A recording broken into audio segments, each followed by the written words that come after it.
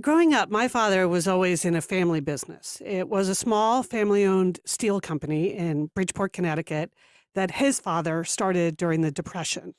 They did things like slit and galvanize coils of steel and sell it to companies that made file cabinets, pots and pans, that kind of stuff. My father, Jim, worked with his brother, Tom, and they both reported to their father, Big Jim, I guess, Big my, Jim, I my like that. grandfather. So it was pretty old school, a manufacturing business in old New England. It was patriarchal. They ran according to birth order. My father was older, so he was higher ranked than his brother, and for us, all the kids, it was called Dolan Steel. So that was a source of great pride for us. Real American A company. I multi-generational like family it. business like that is meaningful. And occasionally when we were all loaded into the family station wagon with my 7 brothers and sisters and we'd be on, I-95 going somewhere, occasionally we'd see one of the trucks go by and we would just go crazy. That sense of pride you get from That's got to be so exciting. Yeah, it's from seeing that. And it was all going swimmingly until about 1980 or so. And that's when the economy wiped out lots of companies exactly like this. So the business that was supporting a lot of adults in my family and all of us kids, it was just gone. My father, my uncle, my oldest brother, cousins all found themselves having to start all over again. Mostly by getting into different industries because theirs had shrunk so much. It's not like you could just go to another company that's tough. like yours because that was the point. Those companies were going away. And, and the employees lost their jobs too. Those were plant workers, office workers, Teamsters. It was rough. My father was in his 50s when that happened, and he never did find another job. My parents really lost everything. Ugh.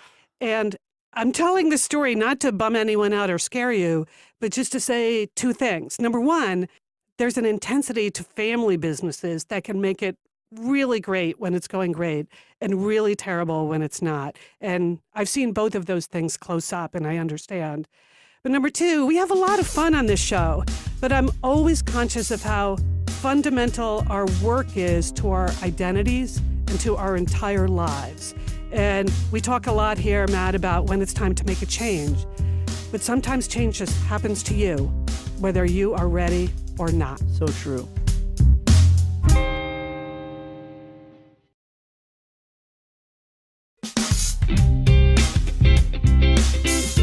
From Wondery, this is Safe for Work. Job stress, life relief. I'm Liz Dolan. And I'm Matt Ritter. On today's show, we'll be talking about what it's like to work with your family, which means we'll be talking about setting boundaries and learning when it's time to walk away. And we'll be joined by brother and sister Allie Webb and Michael Landau to talk about their family business, Dry Bar. But before we get to that, let's take a call from a listener. This is Annie. Oh, hey, Annie, it's Liz and Matt from Safe for Work. How you doing? Oh, yay! Yay! Hi, Liz and Matt. I'm good. I love How that are you? enthusiasm. Good. I'm glad you're enthusiastic right at the very beginning, Annie. We're enthusiastic too. How can we help? Okay, so I'm so glad you called because I've been thinking about this a lot. So a couple years ago, the heads of my company, they decided to move an employee who had been working in the field like his entire career into a new in-house leadership position that was pretty much created for him. And I knew that when he moved into the office, it was probably going to take him some adjustment time in order to be able to understand, what it's like to work in an office, keeping calendars and all of that stuff. But instead of becoming easier to work with over the last couple years that he's been there, he's actually become, unfortunately, I hate to say it, but more difficult to work with. Oh, no. I know. It's sad. It's so disappointing when it happens, isn't it? You were willing to give him the benefit of the doubt. Yes, exactly. Because, we all go through changes but unfortunately, he avoids responsibilities that are his that if he doesn't like doing them, he'll put them off until they become everybody else's emergency. I hate that. He kind of blames others when he drops the ball. He takes credit for other people's work. And he gives the impression that he's the most important person in the building. So if anybody ever questions him or doesn't take his, opinions as fact, he doesn't handle that very diplomatically, if I may say so. And how does he get away with this?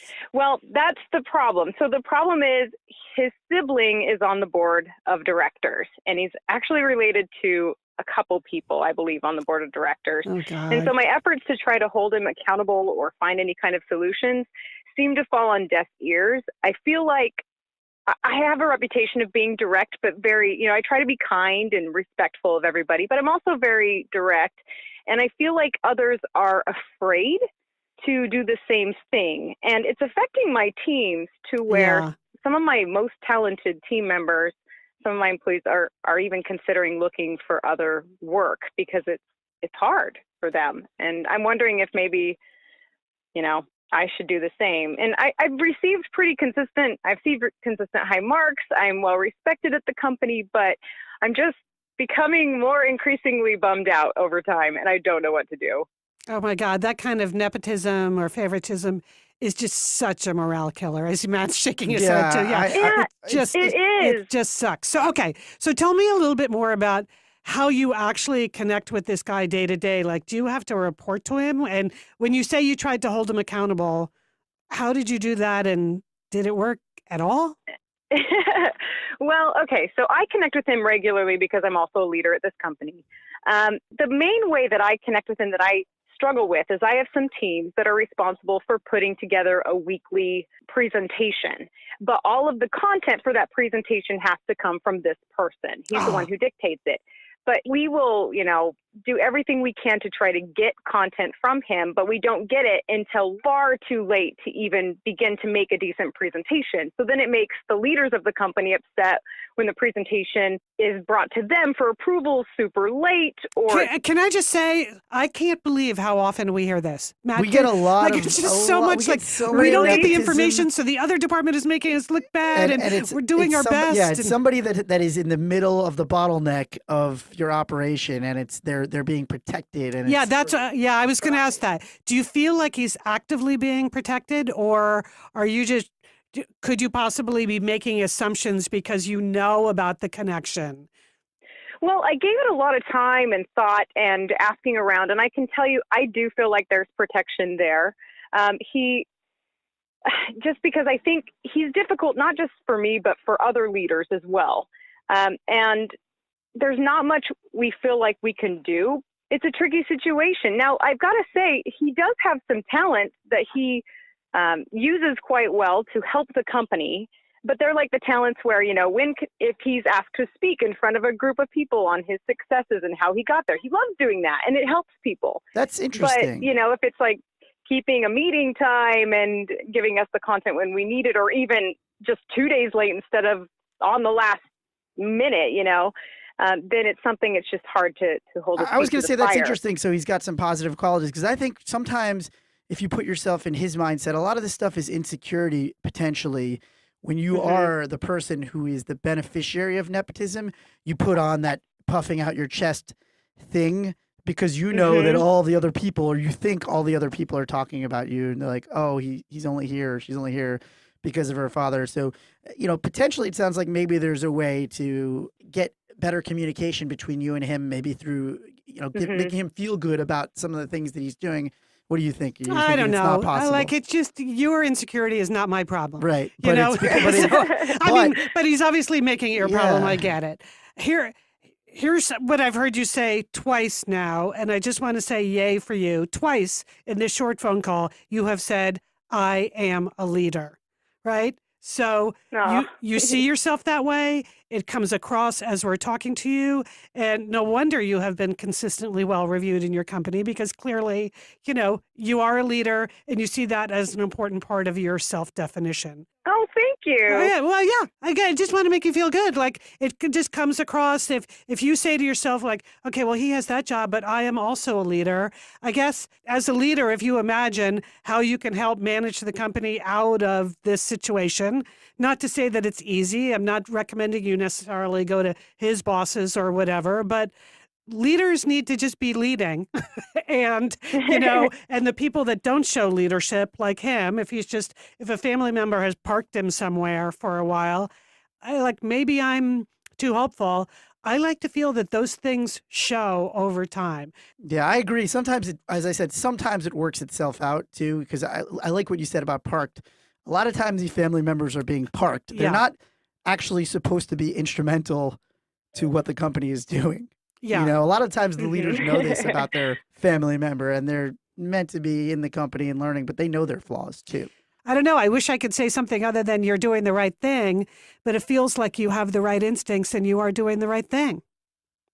Oh, well, thank you. I mean, just hearing that alone, I think gives me a little bit of a confidence boost that I need to, make it through. And we have ups and downs. There are some weeks that are much better than other weeks. And I think hearing that kind of feedback is at least, beneficial for me to know that maybe I'm at least looking in the right direction. Oh, thank you so much. It's so good to talk to you. Okay, this You was a too. pleasure. Thanks a lot for calling.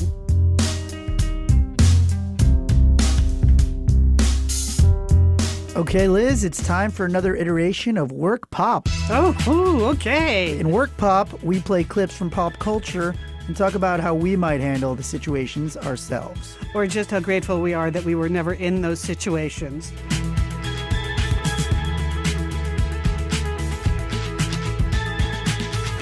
What have you got in store for us this time, Matt? Well, this week I thought it would be fun to talk about one of my favorite movies, The Devil Wears Prada. Oh my God, I love this. So Meryl Streep is the silver-haired monster, right? Everyone's worst boss.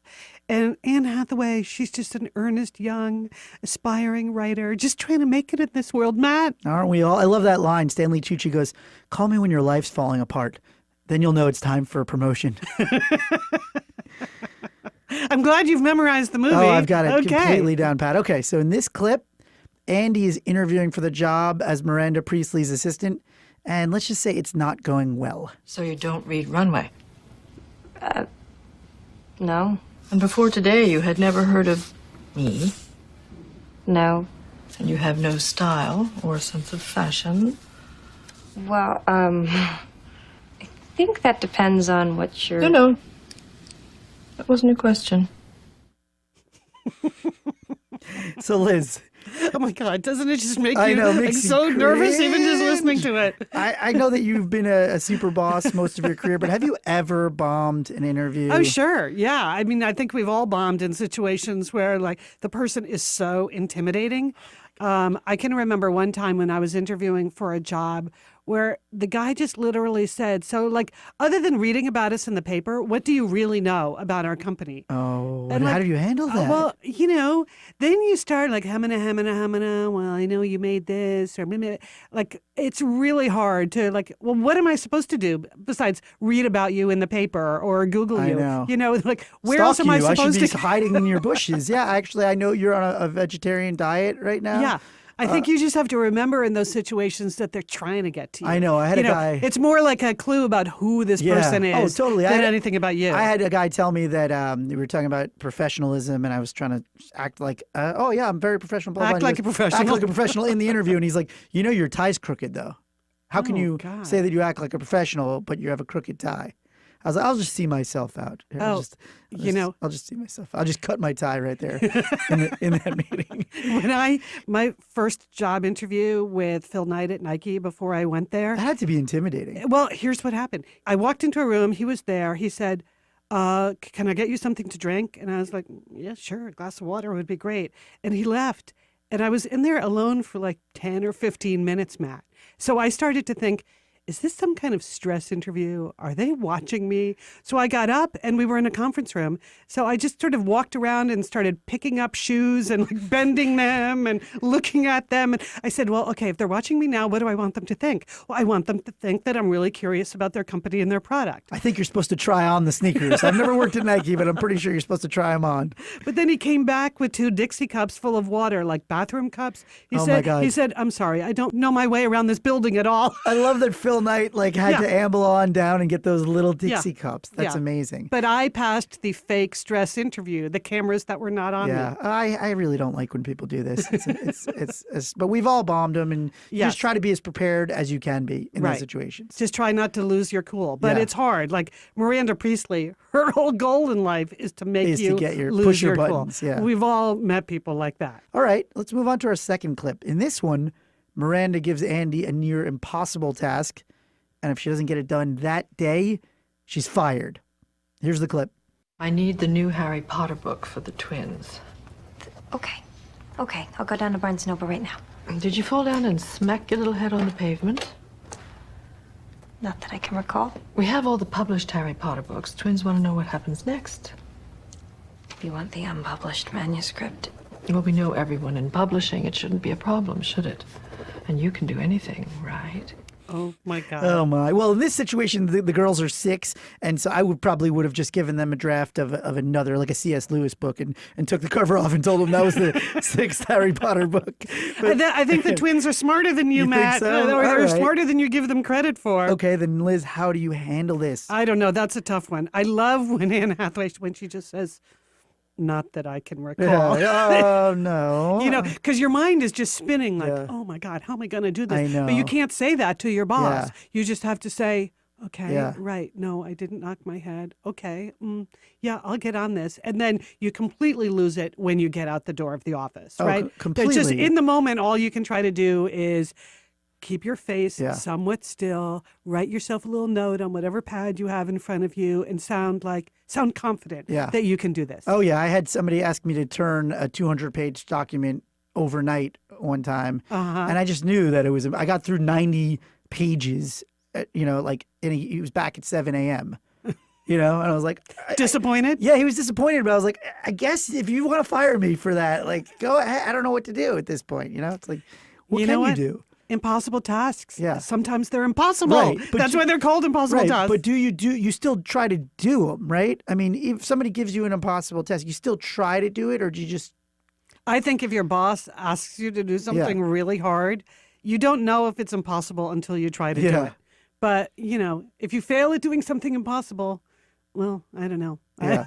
That's Yeah, that's sort of the definition yeah. of impossible. That's why I think you throw them. I think a lot of times, though, maybe there's another answer, right? Like why I jokingly said I would just take a C.S. Lewis book and take the cover off, and because sometimes there is a second solution that the boss doesn't know of is That's equally true. good, Yes. right? Okay. Now you're thinking, Yeah. yes. Because I think those girls would have enjoyed a C.S. Lewis novel, The Lion, the Witch, and the Wardrobe, Harry Potter 6. Now you're really thinking, Matt. Yeah. I like it. Okay, Matt. Breaking mattress news at my house. You know how I told you my bedroom ceiling collapsed a Yes. couple weeks ago? It doesn't rain very often in Southern California, but when it does, you never know what's going to happen. And my bedroom ceiling came down, soaked my mattress. So, boo, that was bad. But yay, time to get a new mattress. So I now got a beautiful Nectar Cal King bed. I've slept on it now. It's got this breathable, cooling, body contouring mattress. I have really loved it so far. Very satisfied. Guess who else got the Nectar? You did? I did. And? Yeah. I love how easy it was to pop it open. It comes with this cutter, so you just slide it down. Yes. And we actually opened it on our box springs. So just boom, it's open. Under a minute, I'm now sleeping on this thing.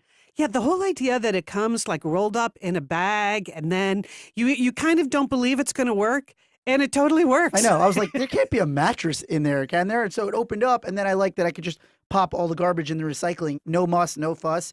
And I haven't been sleeping well lately, and so this is the first night. I already got much better sleep last night than I have in weeks. Well, the good news is that Nectar gives you 365 nights to fall in love with your mattress. And if you aren't 100% happy, they will pick up the mattress for free and you will get a full refund. I like that. And they give you a forever warranty on your mattress. Nectar Sleep has an incredible deal for you, and here's how you get it.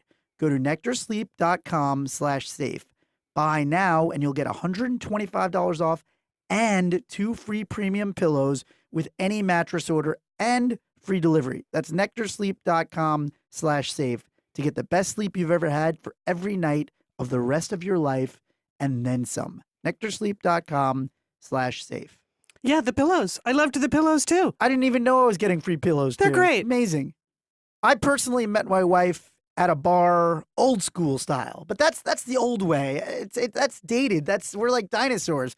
Now it's online. That's how you date. But a lot of my friends are having problems, and I'm always having to listen to them complain. And I'm always like, well, why? What's wrong? They're like, oh, I don't know, as they swipe left and right and randomly go on dead-end dates for matches that they really spent no time thinking about. And I'm always like, well, take matters into your own hands. This is important. Finding the right person, that's the biggest decision you can make in life. Why don't you take it a little more seriously?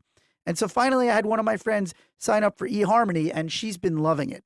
One of the things I really liked about it is I helped her fill out her profile, and they actually have her ask her friends to describe her in 4 words. And so I gave her my description, and a couple of other people gave our descriptions to her, and it helped her learn something about herself. There were a lot of other questions like that, and it really got her thinking more seriously about what she wanted in a mate. I look at eHarmony like the more professional dating website. It's very easy to navigate, and the compatible profiles give a pretty succinct and diverse snapshot of a person. And it gives you percentages of match based on exclusivity, accommodation, and relationship values. And so far, my friend is doing really well, but I will report back to you guys with more feedback. So I think you should try it. And the best part is right now you can get a free month with eHarmony when you sign up for a 3-month subscription. Enter code SAFE at checkout. It's the most important decision you can make, so take it a little more seriously. Stop waiting and start your journey to a satisfying, meaningful relationship. It can be fun to play around with the online dating apps, but when you're ready to fall in love with someone and have a meaningful relationship, there's one app built to bring you real love. Come see how eHarmony can change your life. Go to eHarmony.com and get started. Enter code SAFE at checkout. Liz, you know what I'm really excited about? What? We are doing a live version of this show. Oh, yes, I know. I'm very Yeah. excited too. At the LA Times Festival of Books, April 21st, Saturday morning, 10:30. So come on, people. You can all make it there. 10:30, we're going to want to see you in the audience. That's plenty of time to get there. It's inside the Annenberg Auditorium. And you know what? If you're lucky, we might even answer some of your work questions. Yes. And if you've never been to the LA Times Festival of Books, it is awesome. The entire USC campus is filled with authors and books and events, and there's kids stuff and all kinds of performances, and us. The most Safe important for Work thing. live. Okay, joining us now to talk about running a business with your family are Allie Webb and Michael Landau, the brother-sister team behind the hugely successful Dry Bar, the hairstyling chain that's blowing up all over the world. I love Dry Bar. My wife is obsessed with it. It's no Really? cut, no color. They blow it out. They do the updos. I know that she's partial to a style called the Mai Tai, which I think is what Allie has. They have similar hairdos. So my wife's going to be, she's going to be so excited when I get home and tell her that we had this interview. Allie and Michael, thanks for joining us on Safe for Work. Our pleasure. Thank you for having us. You know, there are so many things I love about the Dry Bar story, and we're going to get into as many as we can. But one of my favorite things is that, Allie, you kind of started this with the idea that it would be a good way to have work in the middle of the day, but still be available for kids pickup at the end of the day. Like you could squeeze it in, like it's just going to be this thing. And then it immediately just blew up, like all of your plans for what it was going to be. And so that's why you've sucked your whole family into this. Yeah. Well, you know, I've been a professional hairstylist for 20 years, and I was operating a mobile blow dry business just to get out of the house and get away from the kids for a couple hours, which I know moms out there can relate. And that little business just very quickly in and of itself blew up, and I was so busy. And that's when I went to Michael, and I was like, you know, I'm having a lot of success with this mobile business. Maybe we should open an actual brick and mortar where instead of me going to them, they come to me.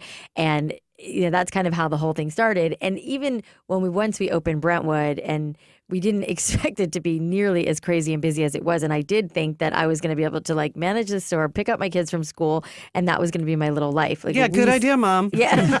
We severely underestimated the demand, and we did. And it was also in the middle of a recession. Like, we had no idea it was going to really even work, and definitely not beyond one store. Yeah. And I should mention that when my little sister came to me with this idea. That's what I was just about to ask. Like, okay, big well, brother. First of all, I'm bald. I have no hair. So is Cameron, my husband. And honest to God, I was the biggest skeptic because I could not wrap my head around why women needed somebody else to blow dry their hair. Like, that whole concept was completely foreign to me. Oh. But she's my little sister. I love her. And she had this nice little mobile business. So I decided to lend her $250,000 that I thought I'd never ever see again. So that's a family leap of faith. Yes. Right. But there. the irony is that we grew up together. We're brother and sister. And I always had Obviously. curly hair. And I used to beg my mom to blow out my hair as a kid. And we grew up in South Florida where it was like humid hair. And Humidity, my yeah. hair was like super big. And I don't know, you must have missed that chapter in my life where I would like beg my mom, who was not a professional stylist, to blow out my hair. Because I even actually at wasn't paying attention to you and Mom doing your hair. I was going to say that nobody ever cares what their little sister is doing, especially big brothers. Yes, that's true. Because like you totally missed that.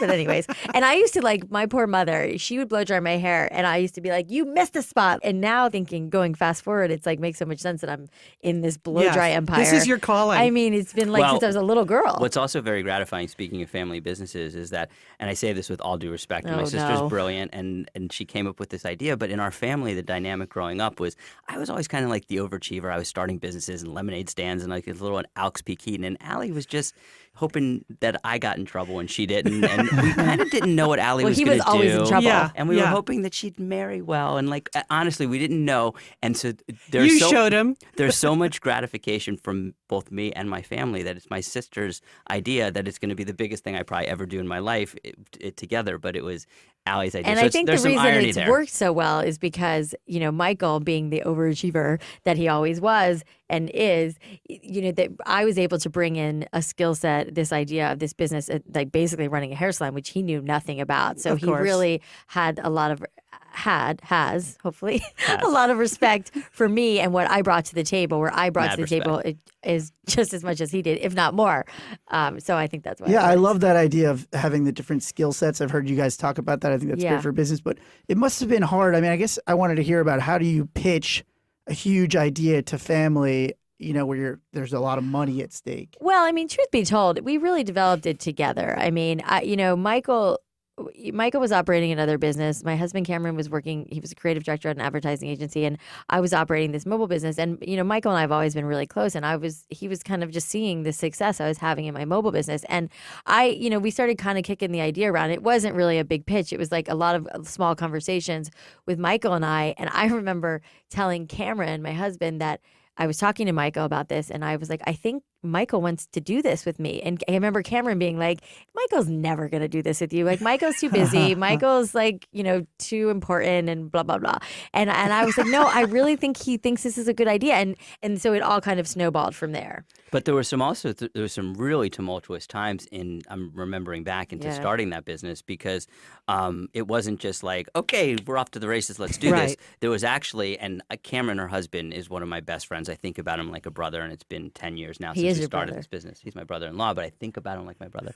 Anyway, and I'm sure everybody's had this experience with in-laws and finding, you know, the right footing and where you stand. And there was a point. The in-laws and the outlaws. Yeah. Well, our parents thought we were absolutely out of our mind, by the way, to start this Really? business. Yeah, Really? because, well, two reasons. One, Allie and I worked together when we were I was in my early 20s, she was 19. And we worked for the designer Nicole Miller, and we opened our own business in South Florida. And we've always been best friends. We almost killed each other. I mean, physically almost killed. It was Oh. bad, bad, bad. So thankfully, we got out of that and salvaged our relationship, ironically. That was when Allie went to beauty school, which changed the trajectory of our lives. But fast forward 20 years later, when we told them we were going to start this business, and they were petrified do it. because, you Yeah. know, All they- those things in their head from the past. Right. Like it's going to ruin the relationship. Yeah. And I think a lot of entrepreneurs and family businesses, that's a big concern. We get calls about that all the time. Well, we sat down and had like a lot of heart-to-hearts about it not being what it was. And I remember like saying to Michael, like, you can't do this, this, and this. And, you know, I think that we've always known how to push each other's buttons, but having worked together and having that experience really taught us like what not to do to be prepared for this. we kind of know to walk away from the brink now, and we've been there up against the brink, and I think it's Okay, usually I me want to that totally walks- ask about that because I read that one of you said that what's great about working with family is that you can really say whatever you want. You Yeah. can because you can Yeah. you have that much trust in them. In my family business that I run with my 4 sisters, we go just the opposite way. My feeling is we're always going to be sisters, but we may not always be business partners. So preserving the sister relationship is the most important thing. Right. And so I would never do anything that I thought would really challenge that. You know, even if I'm really mad about something. I mean, of course, we're honest with each other and we make decisions and we disagree. But you come to the brink and you have to decide, okay, she's always going to be my sister, right? Right. Well, So and how do you handle that? Well, I think it's different for each of us, and I'm sure we both have a different perspective on how to handle the other, and we really do.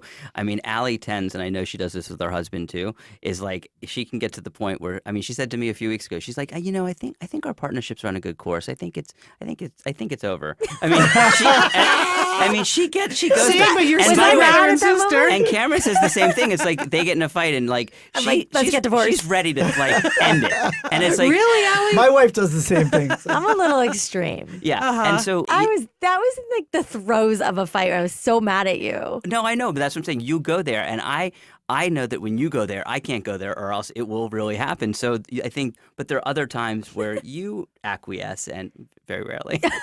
That's not true. So how much have you changed over the course of this business partnership? How has it changed your relationship with each other? I think we're closer than we used to be. And, you know, there's definitely, I do go to extreme, but I think that we both, and unlike my husband, who when we get in a fight, he needs like 2 weeks to like simmer and like come down from that. It drives me crazy because our relationship and the relationship that we have with our parents was like, we can't stay mad at each other. We both like can't do anything else until we resolve the issue. We're both Right. like that. And so we don't really, I mean, I feel like a couple months ago, we had a fight that lasted a while, which was weird. It was so weird. We didn't talk to each other much for like 2 weeks, and that was so weird. But normally we hash it out pretty quickly. And how do your employees react to that? Did they see you boy. having that kind of friction? I thought I heard somewhere that you've done. You've had a couple fights where that they've in front of them. We have had a few. And I think that there is this like sense from some people are like very comfortable with it and get it right in the fold with us. And then I've heard from other people, which I always find surprising, that like, well, you know, it's not easy coming into this business with not only me and Michael, but Michael's wife and my husband and like the four of us. And it's like you're really walking into like this like lion's den of the family, and it can be like, intimidating. Yeah. And I'll tell you one thing that we hadn't anticipated at all. I mean, we thought about all these things and it was you know, it bothered our parents. It concerned us. Like, you know, we're so close. Is this going to ruin our relationship? So we were cognizant of that going in.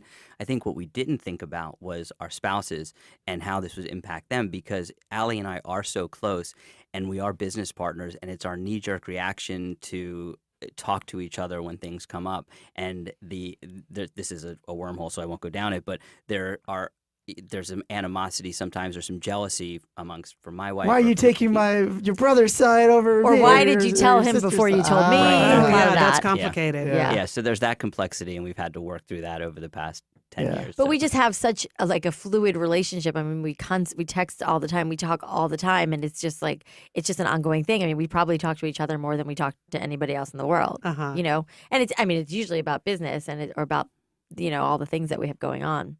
Well, that's true of a lot of business partners. It Yeah. has to be So there's that tight and that constant. Yeah. So for your employees, I'm trying to understand the point of view of someone that works for you. You know, I know your values are we are family, and it's a very family-oriented organization.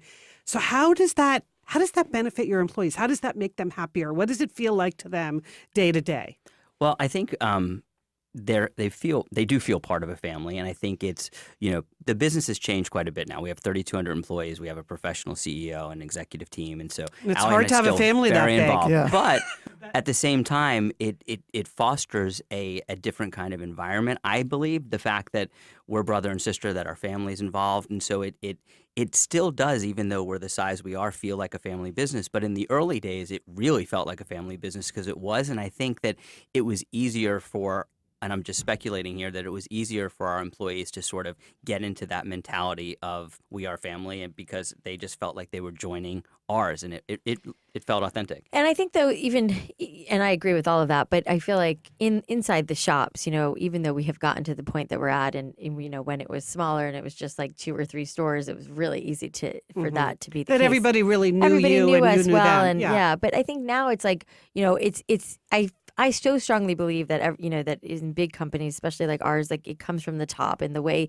that you act, and it all trickles down. And, you know, we want our managers of our shops and our district managers of the areas to foster that same approach and environment. And it is. And I think unlike traditional salons, Dry Bar is set up very differently. The whole thing is different from the experience, the way we treat customers, the way we talk to people, the way they're paid. I mean, just like everything is so different that it does in and of itself foster that that kind of family environment where, we'll bring in pizza for the whole staff, or we'll, do all these different like things that make them feel like they're all working together versus working on by themselves, and in an environment like a typical salon where you're working on commission and you just work for yourself. There's like a common goal that everybody's working to that I think in and of itself helps with that kind of family mentality. Yeah. So you had a great insight about this business, and it's panned out pretty well for you guys. Congratulations. Thank you. So for other people that are thinking about starting a family business, like they have an idea, they think it's a good one, they've rounded up enough investment from members of their family, like in-laws, outlaws, the whole combo, ready to go. Any advice you would give for people about how to maintain the personal relationships and really have that be a positive experience within the family? Yeah, well, I think first is being honest with each other and having, like Ali said, that conversation with the beginning and really sincerely talking about the boundaries and like you mentioned, it's different for you. For us, it was like understanding, and I won't get into all of them today, but like the things that, and again, this from being brother and sister, but you can't cross this line, you can't go there. I think the other thing is, like you said, we're going to be sisters no matter the rest what, of your life. yes. And I think for us going into that, and obviously it's been a long time, but going into saying, hey, we've said it a million times to each other, it's way more important, our relationship and being brother and sister, than this business. But when you attach money to that, sometimes it just changes But I everything. also think, the other thing that I always talk about this, especially like because of obviously my husband is also our partner in this, is like, we aren't all trying to do the same thing. My experience. That's a really key thing. Yeah. My experience is hair, and I know that. My experience is not business and spreadsheets and leases and all the stuff that Michael does that, by the way, I don't enjoy. And on the flip side, my husband, who is the creative branding, piece of things, like, we all stay in our own lanes. Stay in your lane. And right. I mean, we talk about things and we hash things out and we ask for each other's opinions all the time. We're constantly, running ideas past each other. But ultimately, I feel like Michael and Cameron got out of my way when it came to the hair and how that we were going to approach the hair, even if they didn't 100% agree. And I think that. And I should mention, I think it would be a disaster if any one of the four of us kind of shared the same skill sets, because I think then we'd be competing. Because you really need each other the way you have it structured. Right. And we trust each other. What's great is that, we'll still question each other. And Allie, in the early days, would still ask me to walk her through, she maybe do it offline and we'd be in a meeting and, with investors. What does that mean?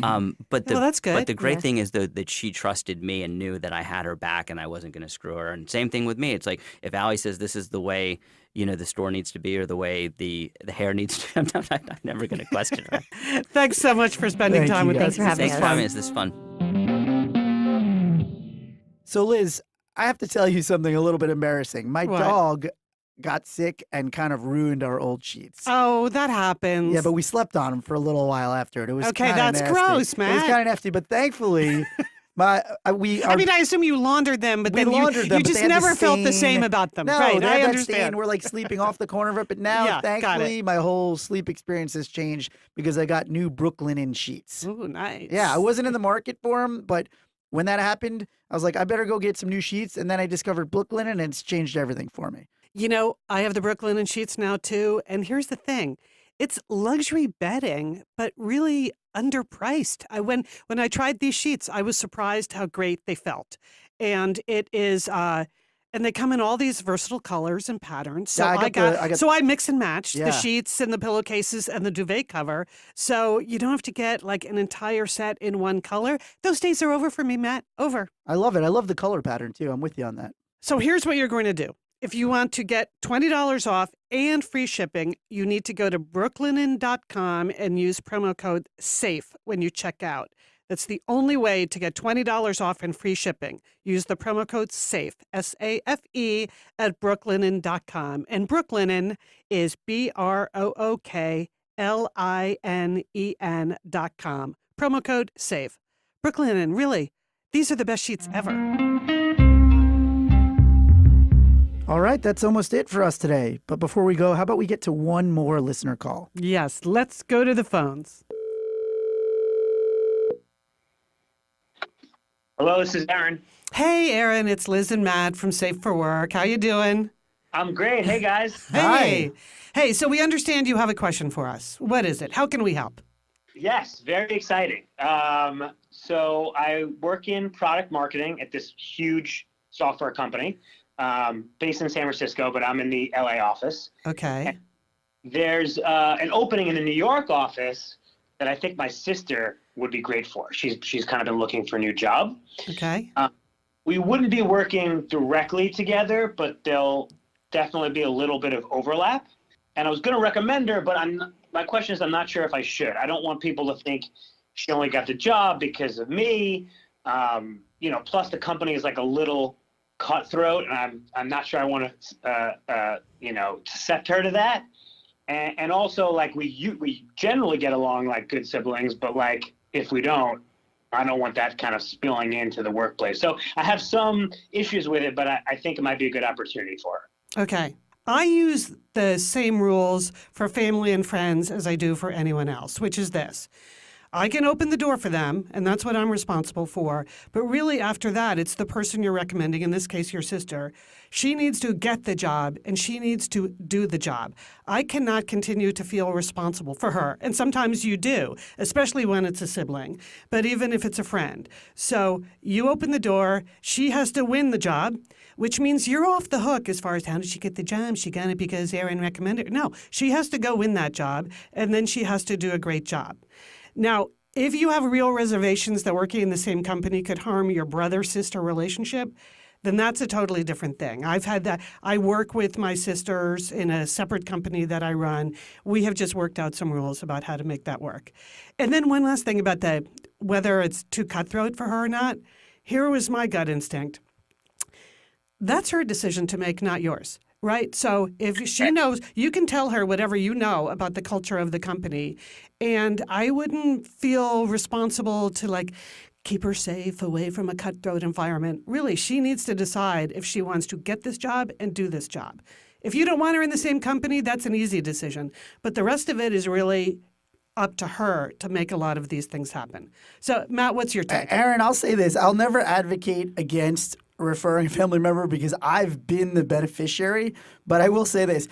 If you're going to pretend that your family stuff isn't going to seep in, I promise you it will. I had to work for a sibling on something, and it felt like all of our childhood baggage was coming out. I was the irresponsible kid, and it felt like, oh, am I late because I was late to pick you up from volleyball 17 years ago? No, I will be on time. Yeah. And so do you guys have, when you say you're going to be potentially working together, I mean, what is that level of potential overlap for that stuff to seep in?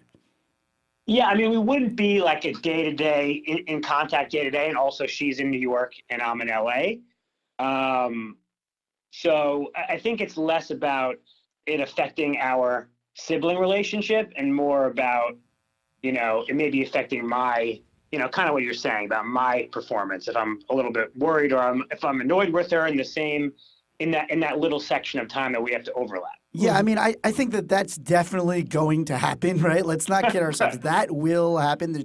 There's just not a way to separate those two things with somebody that you know that well. But the question is, can you handle that, right? I mean, a lot of us can and a lot of us can't. If you think you can, I say absolutely. I mean, if you know her and this is your sister and you think she's qualified, at the end of the day, like Liz said, she's got to do the job. And I think the second point is, you asked whether, you're worried people are going to think she got it because of you.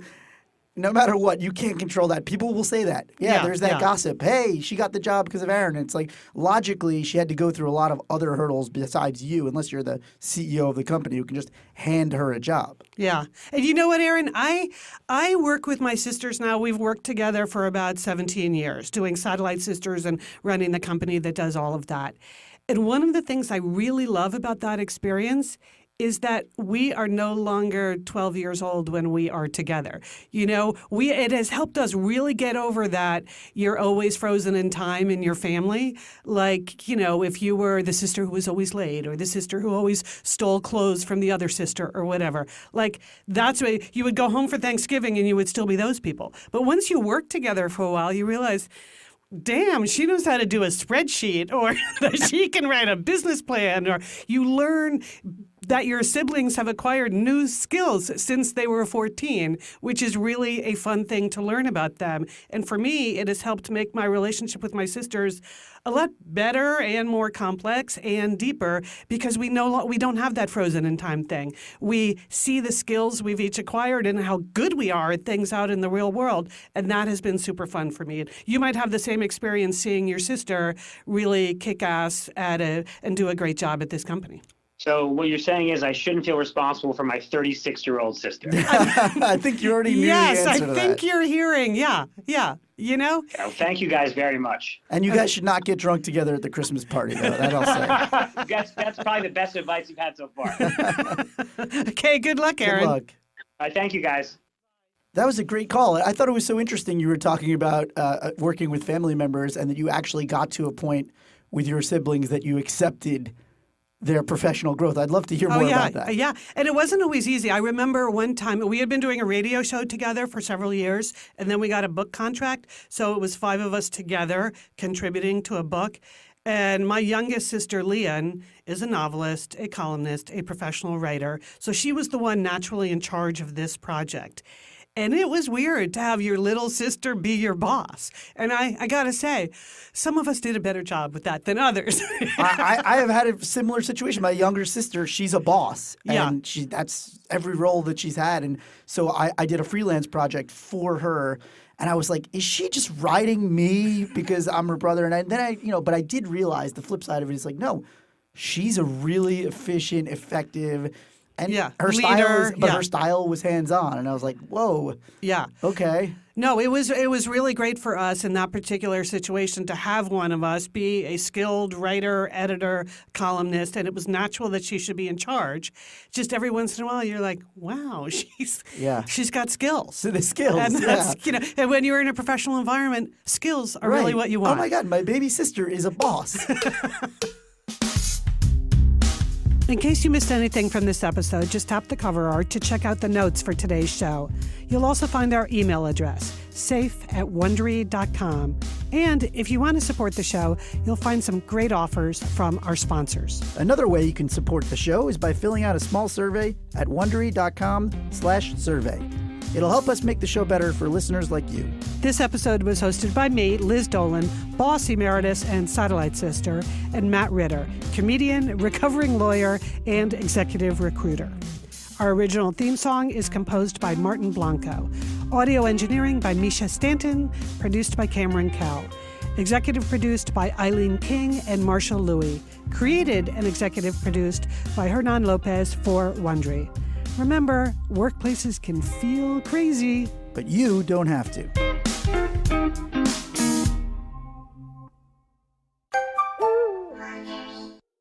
So here's an interesting question, Matt. Can you learn to trust and rely on a coworker you can't stand? Is there something you're trying to tell me, Liz? No, really. But seriously, check this out. On Ted's new podcast, Work Life with Adam Grant, there's an episode where they go inside a place where you just have to get along. The International Space Station. Yeah, it's a fascinating episode. You get to hear interviews with astronauts and discover the secret ingredient to building strong relationships at work.